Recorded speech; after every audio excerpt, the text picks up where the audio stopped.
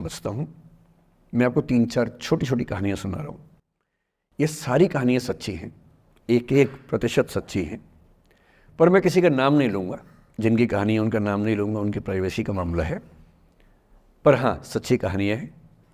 अच्छी बात है कि इन कहानियों के किरदार हम लोग नहीं बने, ईश्वर करे हम कभी ना बने, लेकिन कहानियाँ सच्ची हैं। जब मैं दिल्ली आया था 1990 में, मैं हरियाणा के एक शहर से, भिवानी से दिल्ली आया था पढ़ने के लिए। मेरे ड्रीम कॉलेज में हंसराज भी एक था, पर मेरा संयुक्त से मेरा एडमिशन जाकिर हुसैन में हुआ। मेरे अंक ठीक थे, यहाँ हो सकता था, पर मैं तो नई दिल्ली स्टेशन पे उतरा, बाहर निकला, पता लगा वहीं एक कॉलेज है, वहीं एडमिशन ले लिया मैंने। तो लोगों ने कहा कि यार कैंपस बड़ा अच्छा होता है। मैंने यार क्या फ़र्क पड़ता है, कॉलेज कॉलेज होता है, छंडो, यही छंडो में सिखाने आया हूँ आप लोगों को। ठीक है, स्टेशन से निकले वहीं कॉलेज है, मैंने घर जाना होगा तो आराम से कॉलेज से निकल जाएंगे, क्या रखा है कैंपस में। पर मेरा एक दोस्त जो मेरे साथ ही आया था उसी शहर से, उसने एडमिशन हंसराज कॉलेज में लिया। मैं और वो स्कूल के डिबेटर्स थे, डिबेटिंग में हम लोग स्कूल टाइम से काफ़ी एक्टिव थे। डीयू में आए तो यहाँ भी एक्टिव रहे। डीयू में मैंने करीब 5 साल डिबेटिंग की और मेरा ख्याल है कि लगभग 300-400 डिबेट्स मैंने जीती होंगी डीयू में, कुछ हारी भी होंगी, लेकिन मैंने खूब डिबेट, वो मेरा दरअसल दाना पानी था, रोजी रोटी मेरी वही थी कॉलेज के दिनों में।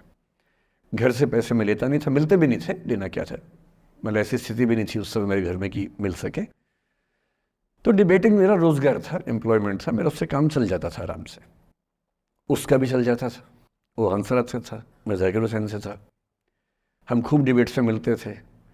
अक्सर ट्रॉफी या तो हम जीते थे या वो जीतता था, कोई भी जीते रूम पे ही आती थी, क्योंकि हम रूममेट्स थे, एक साथ ही रहते थे। वो मुझसे योग्यताओं के मामले में 21 था, बल्कि अगर वो 21 था तो मैं 15 ही रहा हूँगा या 12 रहा हूँगा, 22 या 21 तो नहीं रहा हूँगा, मुझसे बेहतर था योग्यताओं में, बड़ा अच्छा व्यक्ति था।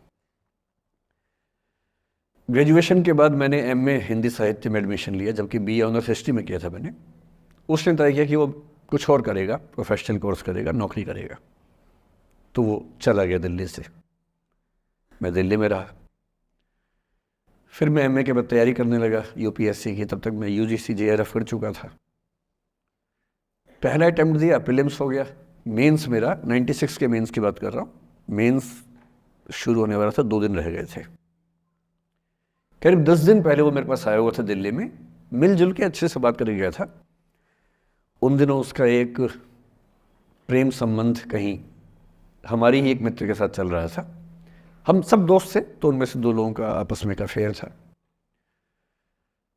मुझे नहीं पता क्या हुआ, लेकिन मेरे मेन एग्ज़ाम से 2 दिन पहले रात को 12 बजे एक फ़ोन आया और ये बताया गया कि मेरे दोस्त ने फंदा लगा के अपनी जीवन लीला समाप्त कर ली है।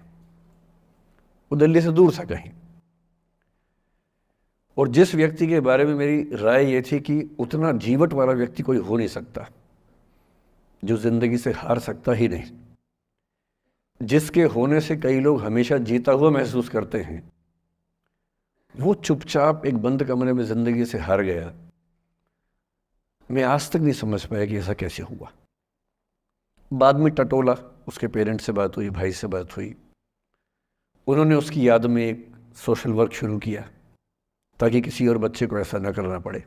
तो जो हल्का हल्का अनुमान हुआ वो है कि शायद कुछ ऐसा था रिलेशनशिप में जो नहीं संभल पाया था,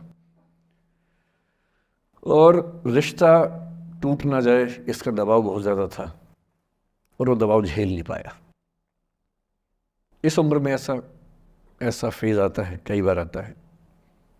ये एक कहानी है, हंसराज कॉलेज से ही जुड़ी है, इसलिए मैंने सोचा कि वहीं से बात शुरू करूँ।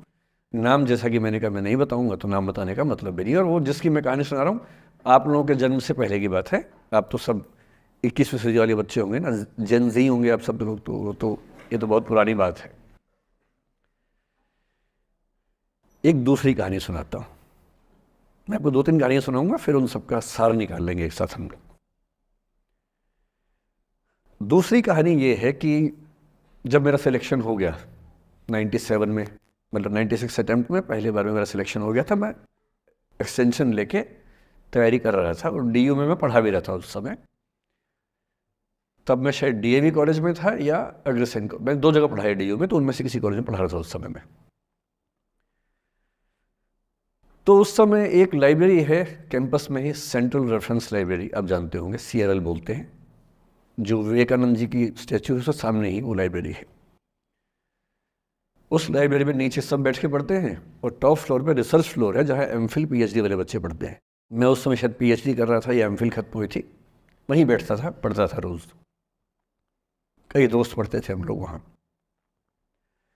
हम सुबह 8 बजे लाइब्रेरी खुलते ही वहाँ घुसते थे, रात को 1 बजे निकलते थे लाइब्रेरी बंद होने के समय। तो वहाँ एक छत थी, छत पे छोटी सी कैंटीन थी जहाँ हम लोग जब जब बोर होते थे दिन में 3-4 बार जाके चाय पीते थे। चाय पी ली, बिस्किट खा लिया, थोड़ी गप्पे मार ली, वो सब वहाँ करते थे।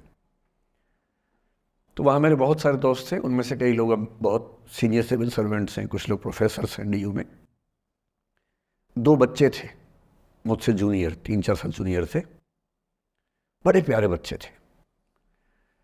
मुझे उस समय तक पढ़ाई लिखाई का शौक अच्छा खासा हो गया था, तो वो रोज़ मेरे साथ बैठते थे केवल बात करने के लिए, किसी मुद्दे पर बहस करनी है तो बहस होती थी, समझते थे। फिर मुझे पता लगा कि वो दोनों रिलेशनशिप में हैं, रिश्ते में हैं, दोनों ने शादी भी कर ली। उनकी योजना DU में पढ़ाने की थी या सिविल सर्विस की भी थी शायद, पता नहीं। मेरा इंटरेक्शन बहुत ज़्यादा उसके बाद रहा नहीं उनसे, क्योंकि मैं सर्विस में चला गया था। इतने जिज्ञासु बच्चे थे दोनों, इतने जिज्ञासु कि उनसे मिलकर तबीयत खुश हो जाती थी, कि हर चीज़ जानने का मन करता था उनका, हर विषय पढ़ने का मन करता था। एकदम जीवन से भरे हुए बच्चे, आंखों में चमक ऐसे।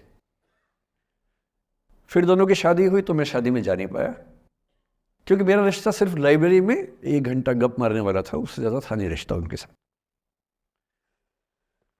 फिर सुनता रहता था कि मैं सब बढ़िया चल रहे, पढ़ाई कर रहे हैं, तैयारी कर रहे हैं।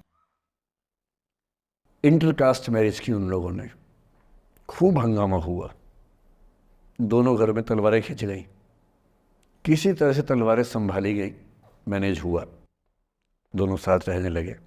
और फिर 3-4 साल के बाद एक दिन मैंने खबर सुनी कि उस बच्ची ने फंदा लगा के जीवन लीला समाप्त कर ली। ये बात भी दिल्ली विश्वविद्यालय की, ये उस दौर के सब लोग इस कहानी को जानते हैं। मेरे ख्याल से ये दोनों कहानी आपके प्रिंसिपल मैडम जानती होंगी, नहीं ध्यान कर पाएंगे तो मैं उनको जैसे नाम बोलूँगा अकेले में वो तुरंत समझ जाएंगे मैं किसकी बात कर रहा हूँ। मैं आज तक नहीं समझ पाया कि ऐसा क्या हुआ होगा। तो बाद में अनुमान जो हुआ वो ये, इंटरकास्ट मैरिज, परिवार का दबाव, समाज का दबाव, आपस के दबाव, टॉक्सिक रिलेशनशिप, अंत में उस दबाव को न झेल पाना और जीवन समाप्त कर देना।